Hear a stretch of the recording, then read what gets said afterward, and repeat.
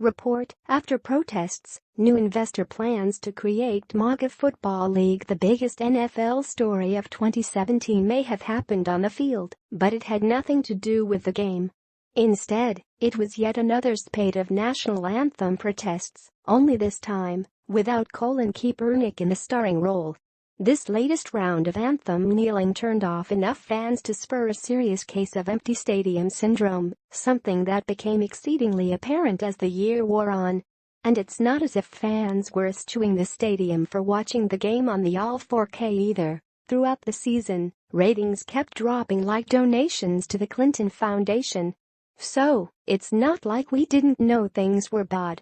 However, we didn't know how bad until we learned this little nugget of joy earlier this week. Vince McMahon is actually considering bringing back the XFL to compete with NFL.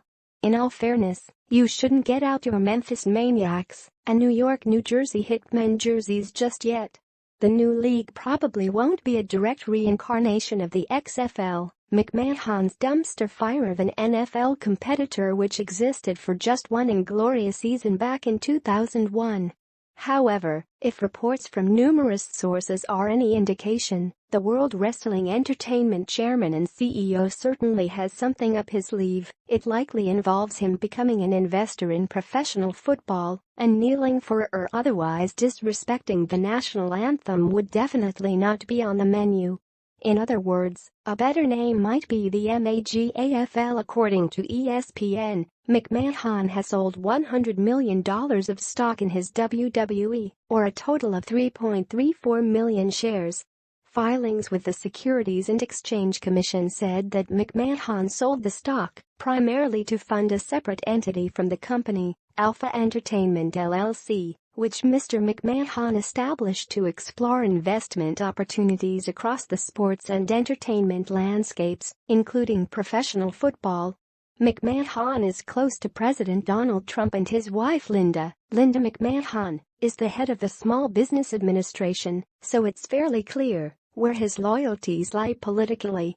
And, given how both the president and conservatives have turned on the NFL since the start of the anthem protests, it could hardly be seen as a coincidence that McMahon is choosing to possibly reboot his football league.